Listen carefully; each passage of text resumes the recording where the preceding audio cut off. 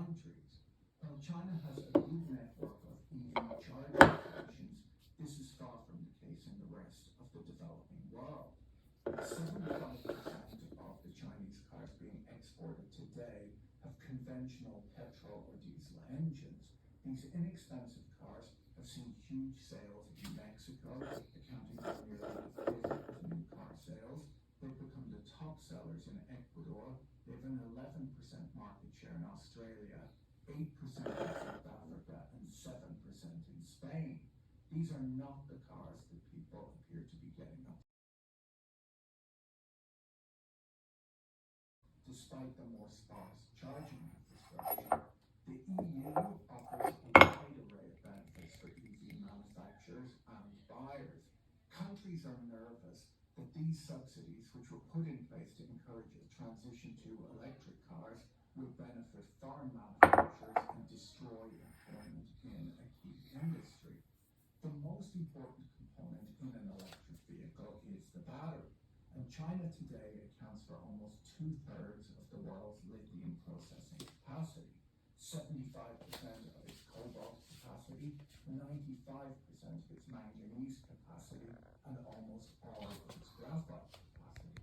For many of the mined raw materials, contains battery components produced by a foreign entity of concern will be ineligible for the $7,500 credit.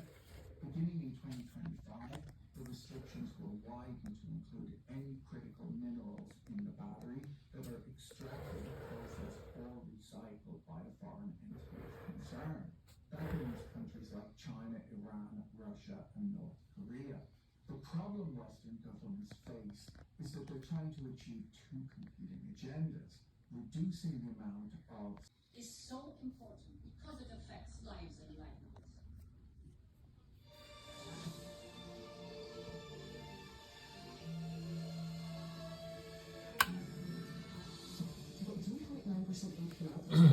Purchasing loans in the 2024 Cadillac year when you finance the Cadillac Financial. Gavin McGuire Reuters points out that the European Union offers a wide array of benefits for EV producers and consumers, including tax breaks for manufacturers, thousands of euros of subsidies per car for buyers, and tax credits for households and businesses that install EV chargers. The United States offers tax credits to buyers and several major manufacturers of EVs and EV components, and each government views the support they provide as merely being a level of to keep their infrastructure together. The US and Europe have additionally been focusing on this market and the security risk of the economic system and key critical infrastructure like energy and broadband. These companies are also benefiting from similar policies and the security of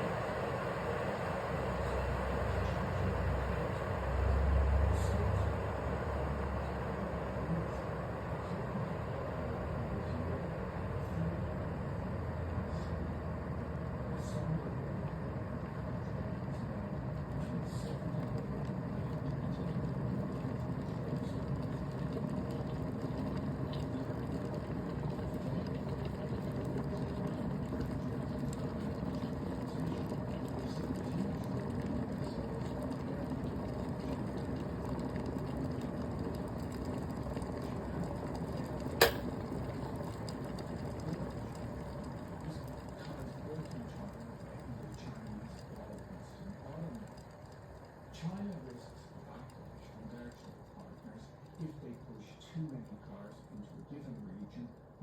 likely cause protectionist measures to be put in place. China might also struggle to export more goods just from a practical perspective, as its trade surplus in manufactured goods is already at around 10% of the overall Chinese economy. It may be difficult to expand it much beyond that level. If you enjoyed today's video, you should watch this one next. Don't forget to check out our video sponsor, Blinkist. Will you have the money you need to retire? If you make $100,000 a year, you need $1.5 million to be okay. A lot of 401k programs are lousy. You put up 100% of the capital, you take 100% of the risk, and you get 30% of the return. Correspondent Martin Smith investigates.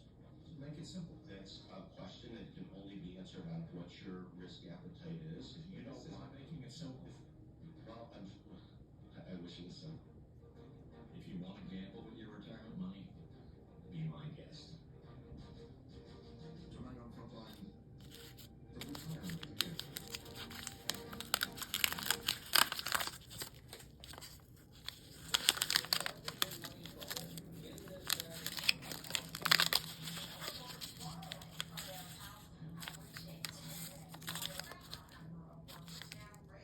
Let's begin with one simple fact. America is facing a retirement crisis. And the statistics are grim. Half of all Americans say they can't afford to save for retirement. The average retirement fund is $12,000. One-third have next to no retirement savings at all.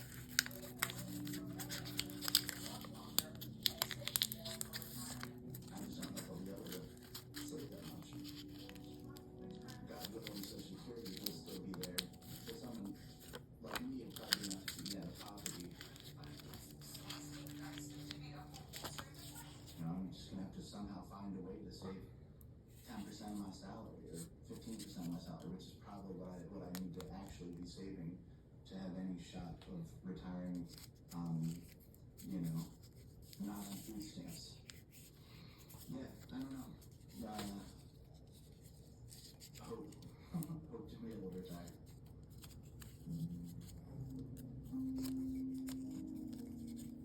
Recently, I've started to look into how to make more money, how to increase my income while still teaching. It's tough to really worry about retirement right now because I know it's so far off, and I know that worrying and stressing over it is an easy thing to do. But I'm also of the mindset that as long as I don't have too many bills or anything, too many debts, then I could essentially live off of whatever I get. I guess plan B would be to keep working, but I'm really banking on plan A. No ideas, no, I don't have a plan B. It's hard to imagine at this point in my life being retired. I just don't see it. Within the American dream of having your house and being able to retire. Nobody has a pension anymore. It wasn't like it was in the 60s or 70s where people worked for, good companies and had a pension plan. I think that's a harsh reality for a lot of people. I think, and I do think that we'll be working we'll definitely be working until our probably mid-70s. If I had to make it, unless we can make up some big ground soon.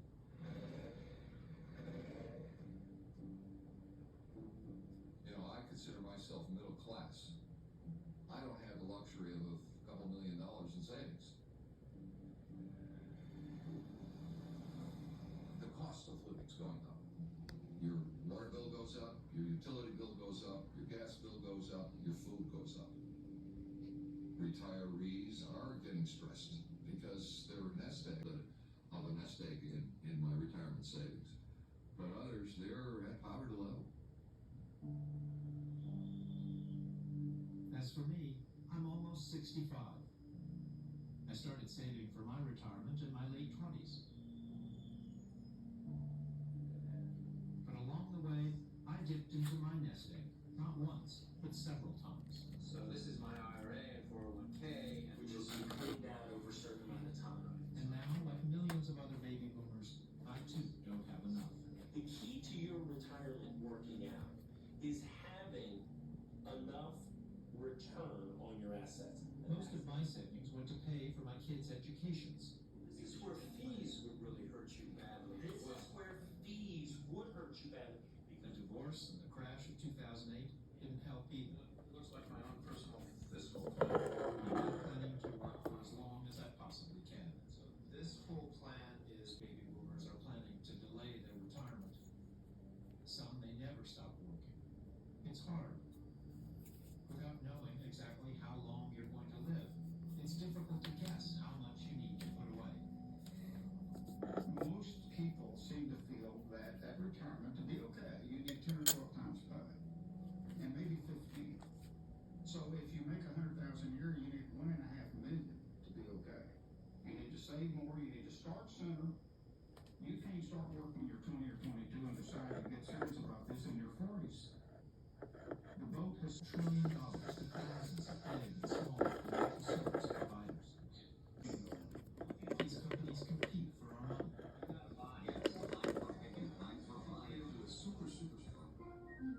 But there's so many choices, it's hard to understand. When it comes to mutual funds, it's often hard to tell when you're looking at. Rather than a system, it's more like a free-for-all.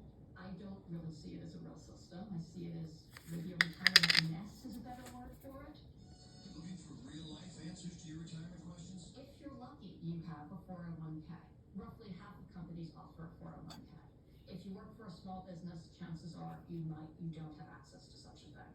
Some companies then offer other supplements, and then of course there's things you can do on your own, like the individual retirement account. So it's entirely confusing. Right. So where does one begin? Let's talk about that 401k you picked up back in the 80s. About 60 million Americans have signed up for their company 401k plan. These are your 401k election forms. As you can see, there are numerous options to choose from. And remember, this is your retirement, so make your selections carefully. But most people remember their first 401k meeting as dumbfounding. Any questions? I had no idea. I was so confused. I came out of that meeting and I was like, oh my God. It was overwhelming for me, the knowledge that you had to have in order to invest. I really was kind of clueless. I didn't know what I wanted to invest in. I really didn't know anything about it. I had learned somewhere, I had heard something about if you're young, you should be more willing to take risks. You have time. So other than that, I really knew nothing. And that's one of the best aspects of this They model. showed you the plan. You either had your choices between an aggressive investment, moderate, or conservative. You know, there was nobody there managing my money. It was all up to me. So traditional pensions don't necessarily let you take it all in a lump sum. The 401k is one of the only products that Americans buy, but they don't know the price of it. It's also one of the products that Americans buy, but they don't even know its quality. It's one of the products that Americans buy, but they don't know its danger. And it's because the industry, the mutual fund industry, have been able to protect themselves against liquidation that would expose the danger and price of their products. It used to be much easier. In 1970, 42% of employees had a pension, a guarantee by your employer that you would get a good percentage of your salary and benefits upon retirement. This is the life. What with my retirement plan and the few dollars I'd saved, I didn't have a thing to worry about. Workers didn't have to figure out how to manage their own savings plan. It was done for them. It was very simple. The employee really didn't know any of the mechanics behind it. They just knew when they came close to retirement that they were promised a benefit, so a secure income over their entire life. So they had this income until they died. And so what was wrong with that system? Absolutely nothing, to be honest. It was a great system. The problem was that over the last decade, the rules of the game changed. What changed was that people started living longer. New accounting rules, global competition, and market volatility too affected the cost of maintaining a pension plan. The old system became an expensive system, I think, from an employer standpoint. Nobody ever thought that this was going to apply to the rest of us. I mean, there was never any thought of it. So not quite by design, a new retirement system was born.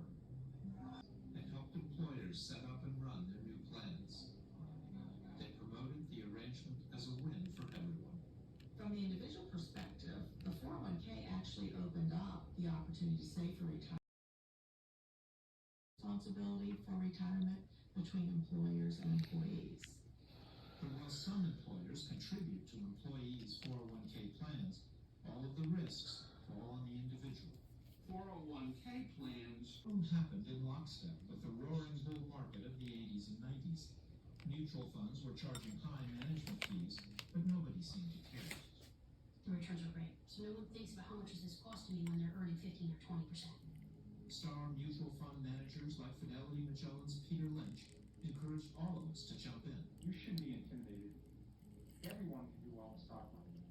You have the skills, you have the intelligence. It doesn't require any education. All you have to have is patience, do a little research. Saving for retirement seemed as simple as betting on the market. It was a great time. Monthly reports, things were growing, everything was growing. In the 90s, you could not lose money in the market, even if you were a number investor. I mean, it just kept growing and growing and growing. And stocks showed a powerful surge on Wall Street today. The economy was doing great. I mean, you had all kinds of gains in the stock market. That was kind of the dot-com era. You really didn't have to pay attention to, you got your statements at the end of every quarter and you were making money. It was exciting because gradually over time we would have a day where we would make $7,000 or and as much as $30,000 in a day as it built, and even more. In 1996, we had doubled our money. We had almost 500,000. Steve Shulo and Dan Robertson believed they were headed for early retirement the day their portfolio topped $1 million. It was November 11th, 1999. Oh, that was a very nice day that day, wasn't it? What happened November 11th? It's when our portfolio went over $1 million. So that was just amazing. It was like retirement money into company stock. We invest all of our 401k in Enron stock, absolutely. Don't you guys agree? For savers like Debbie Skaczynski, who worked for Comdisco, a computer leasing company, the fall would be precipitous. Look at what is happening. I can retire probably when I'm 45. The dot-com failures continue to mount. Skaczynski not only lost her savings, she lost her job. Today filed for Chapter 11 bankruptcy protection, including another 200 job cuts. Joined a who's who list of corporate bankruptcies. The day I got laid off, I lost it. I thought, oh my God, I'm a single parent. I have no job. I have a house payment. What do I do? And I was scared. Really scared. I didn't have much of a retirement left. I couldn't even borrow against it. And it was just something that I never foresaw, ever.